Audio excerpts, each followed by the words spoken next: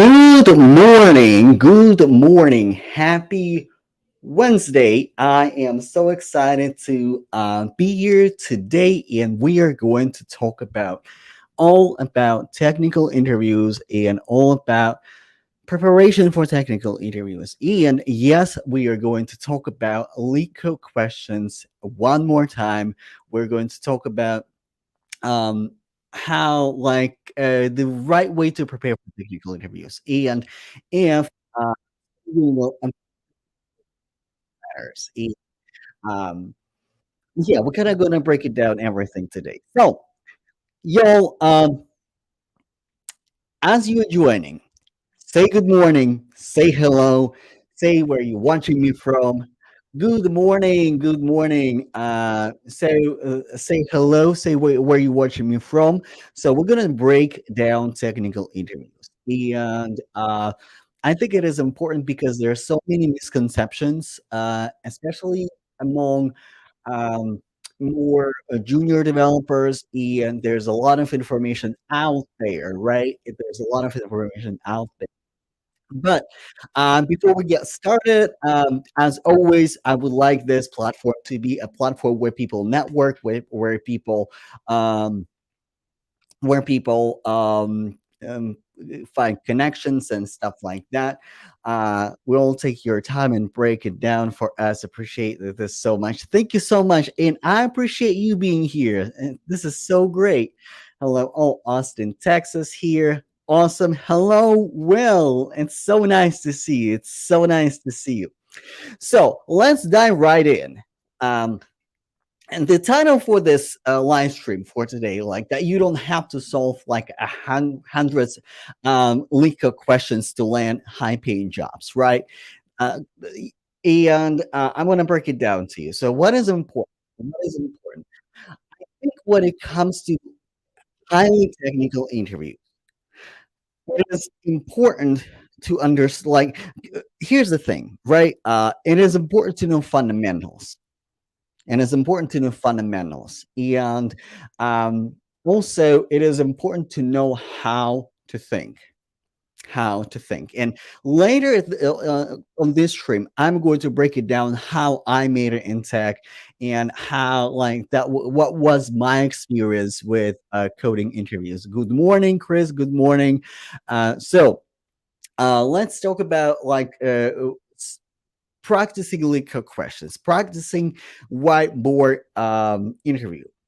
So when it comes to your career, right? When it comes to your specialty, when it comes to your everything as a software developer. So I would say the hierarchy is as follows. Your specialty, your craft comes first.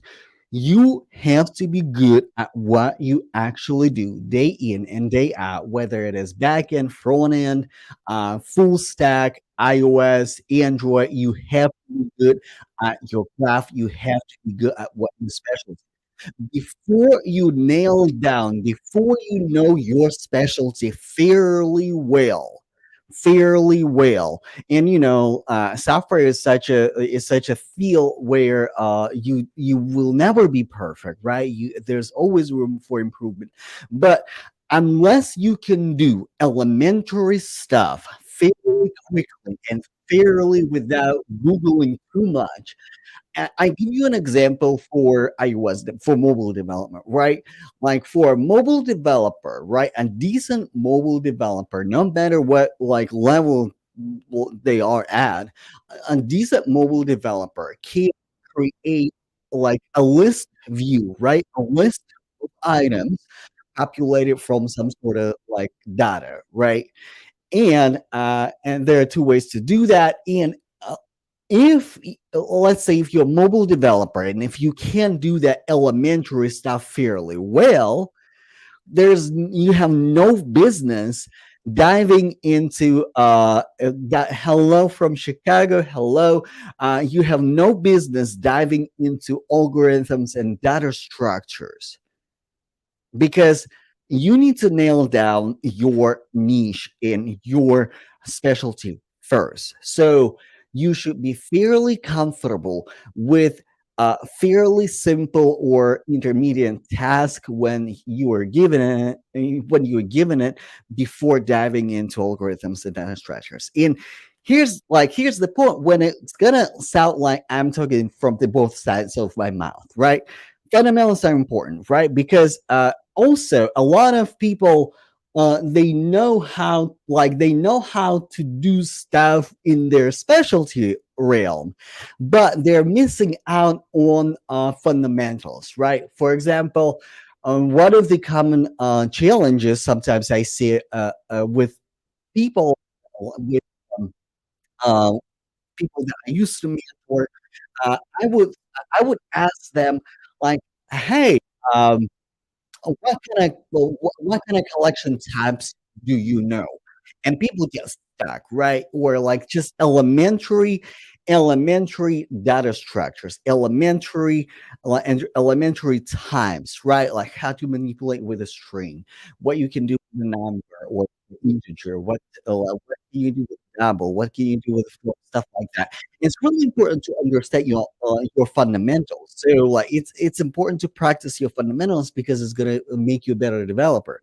Now, when it comes to LeetCode questions, when it comes to data structures and algorithms, I think it is important to know basic data structures that are out there in like computer science fundamentals, computer science basics, right? Because it will make you a better developer. It will make you a better developer. However, like spending hours on LeetCode questions, uh, it's not necessarily going to bring you a job. It's not necessarily going to bring you a job.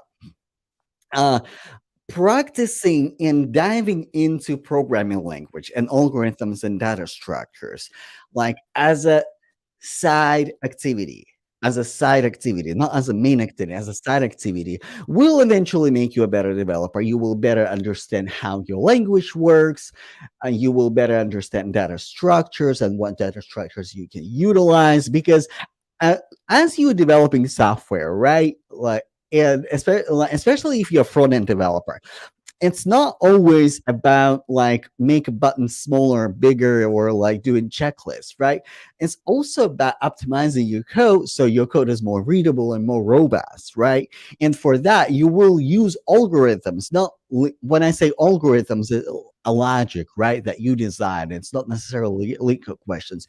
You will be using data structures. You will be using algorithms in your code, even without thinking about it. So, like when I create my code, I don't think like, oh, like let me use a stack. And I don't think like that, right? I think of a problem and break it down, and then I see then normally, more often than not, an appropriate data structures will pop in, and I can apply appropriate data structure, right, for my solution. So it is important. However, based on my experience, and that's my experience, first of all, I never had a goal to work at main companies. And everybody is different. Everybody is different. If you want to work for Amazon, Meta, Netflix, Google, I understand if this is your goal. If it is your goal, then this is one of the barriers that you have to overcome. Like you have to be really good at thinking, right? At thinking. I'm not saying leak code questions. You gotta be really good at thinking algorithmically, because um, these guys, like they know that LeetCode has their questions, and they like to rotate them, right? And no matter how much problems you memorize, no matter how many problems you memorize on LeetCode, chances are that you're gonna get the same algorithm with them is like highly unlikely, right? So this is why in my program, right? I don't practice algorithms and data structures like utilizing LeetCode. I challenge people how to think, and how to think through the real solution, how to think through the real application. Because when it comes down to like coding problems, when it comes down to technical interviews, they really want to see if you are able to do the thing that you say that you can do, right? As a software. developer, and it all comes down to thinking with uh, knowing your programming language fairly fluently, so you can use those structures, right? So, like that's what is that's what is important. Also, some of the companies, primarily smaller companies, they won't necessarily ask you like LeetCode questions, but they will ask you coding problems. And they're fairly simple, but you should know your programming language fairly well. This is why I say fundamentals are important. And um, let's say when I start working with people, after we figure out the digital front door, like in their digital presence, and make sure that everything is up to par, like with their LinkedIn resume, like whatever it is, because like this is easy part. This is easy to fix. I'm looking at knowledge gap. Right, like, no matter if you're senior or if you're junior or if you're mid level, they might be knowledge gaps, right? In fundamentals, in your specialty, right? This is like, and this is why it is important, like, to close those gaps. So let me tell you a story. When I'm from non-traditional technical background, right? I don't have computer science degree. And that's kind of like that's one of the disadvantages for me, and it was for one of the disadvantages for me when it comes to algorithms and data structures, right? It was really hard for me to understand them and to really like nail them down like really well. So that was the challenge. So but I'm here. I'm a senior iOS developer, and I work at Fortune 500 companies such as T-Mobile, Nordstrom, Alaska Airlines. I work at fairly big companies, Fortune 500 companies, without being a guru in LinkedIn questions. So how that happened? Well, like from the day one, when I decided to be in tech, I decided that I really want to be good at what I do. And I started as a QA engineer. And I felt like my goal was I want to be the best QA engineer possible. I want to be the best QA engineer possible. And I want to nail down my specialty as much as I possibly can, and I just gotta go from there. And yes, I practice algorithms and data structures. Yes, I bought courses on algorithms and data structures. And by the way, if you want to do that, like I'm not saying don't do that. Like that's totally fine. Like you should familiarize yourself with them. But when I see like especially like earlier on Twitter, on forums, when software developers would say, I saw 400 legal questions, I still don't have a job. Well, then stop because you are focusing on the wrong thing. And also, when I've seen throughout my career, people would, especially when it comes to like more like contract roles, for example, or when the interview like is not fairly balanced, right? People know really good algorithms and data structures, like leak style questions, right? Where maybe would give them famous algorithms that everybody knows at this point. So they would nail it down really well. They would nail it down really well. But when they start working, what I see gaps in professional knowledge, gaps in their craft. It's really hard for them, or it's really challenging for them to work with the team to utilize the frameworks that the team utilizes to do the work how the team is doing. So, and here's the problem: like, yes, all like you may be able to solve like 400 legal questions, but if you're not able to do your work well, and if you have knowledge gaps in your specialty, then close your knowledge gaps. And especially like for me, right? I like I don't know how many questions I solved, but like first of all, it was a wrong focus for me because for me it was so difficult that at some point I started to trying to memorize the solution. I started to memorize the solution, and because of that, I um, I couldn't get much progress on that because memorizing solution and is not a good way to prepare for your technical interview because when you memorize solution, you like you don't think algorithmically, you don't think programmatically. You're just trying to remember like, "Oh shit, what was that?" Was it an array? Was it stack? I think it was stack, and I think I need to pop that stack. I don't remember how to do that. And after I pop that stack, I don't know I don't remember which step I go after. So, uh, and during interview, during high stress environment, this is crazy. It gets kinda crazy and, like, your brain just goes left. But when you develop that practice of thinking programmatically and you know your craft, even if I don't know the solution right away for my problem, I would sit down and I say, "Look, I don't really know.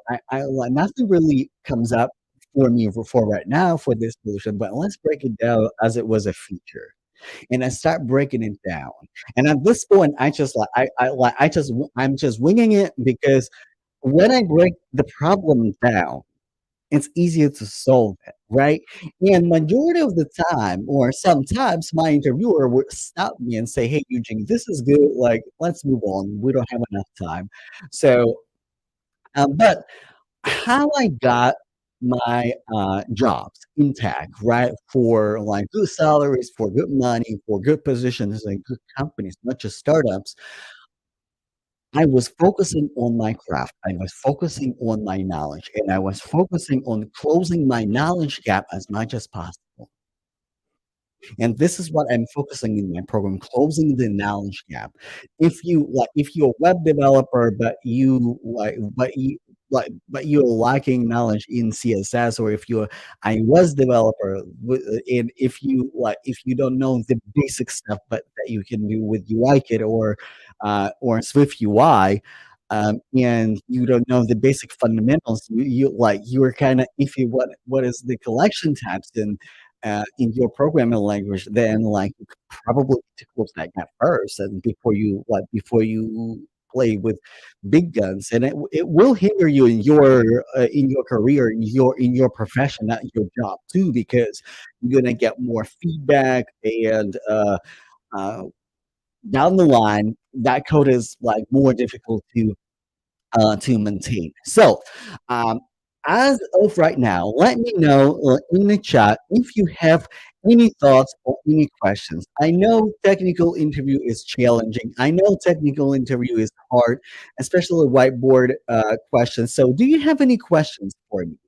Do you have any questions for me? I would like to do a really quick Q&A. And as you are dropping your questions in the chat, I I would like to invite you to my coaching program for software developers. So I have four spots available, and this is kind of what we do. Like we establish your digital presence, we establish your executive presence, right? So you can attract the right people, you can attract the right opportunities, and we all like I also focus on closing the knowledge gap because a lot of like a lot of like resume writers and non-technical career coaches, they're kind of missing that piece, right? Like, yeah, like presentation is important, but also sometimes, right, sometimes the problem is a technical knowledge, and uh it's uh, it's really hard to see what you're missing from your individual standpoint when it's just you, when it's just on your own. And looking for a job is a skill on its own. That's why I am focusing on closing the gaps, closing the gaps in knowledge and challenging. And you would be surprised. I give my students like fairly well. It's fairly simple problems for me, but these are fairly simple problems and cover so many like gaps that like I help people to close. So, I have my tech interview today. It's a internship role. Their tech stack is Next.js. I'm wondering if I should be expecting LeetCode style challenges. that's what I'm most nervous about, since I've been told that I don't need to actually dedicate my time to save. So, like, I haven't spent any time on LeetCode. So, when it comes to internships, right? When it comes to internships, uh, I interviewed interns before in my previous jobs. We normally would ask them fairly easy coding questions, not necessarily like they're similar to LeetCode, but if you know basic data structures, like from computer science, if you know basic data structures from computer science, um, if you know the basics, you should be able to solve them. And also, when it comes to coding questions, if you get the coding question, don't jump into conclusion right away, because a lot of people, they start thinking, okay, what is the function signature? What is a variable? Or I can it's for loop. Yeah, I will do a for loop there. Ask them questions, because majority of the time when you are given a problem, you are missing information. You are missing certain data points. You are missing certain information. Ask them that information, and it will move you a little bit further. And also, I know it's a little like nerve-wracking, and like you said that you are kind of nervous about it. Um, break it down into small tasks, and not just in your head, but for them, right? Like, write comments in your code, like, step number 1, we're gonna do this. Step number 2, we're gonna do this. Step number 3, we're gonna do this. Step number 5, we're gonna do this. And before you stop coding it, you also wanna say, hey, but I need to keep myself accountable somehow. This is how I'm going to test it, right? So that part alone shows your skill set as a developer. And then, best of luck. You do the best that you can to go through the steps and implement those steps. Because the more you understand the steps, because a lot of the times, I don't know about you, but for me, a lot of the times when it comes to those kind of questions, it's not that I don't know how to code. I don't understand the freaking question.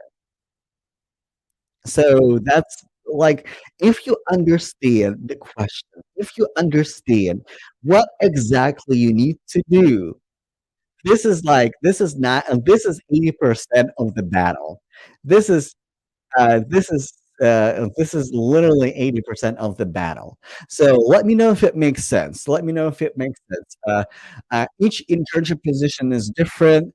Um, they may or may not ask you, but like they will test you how you think.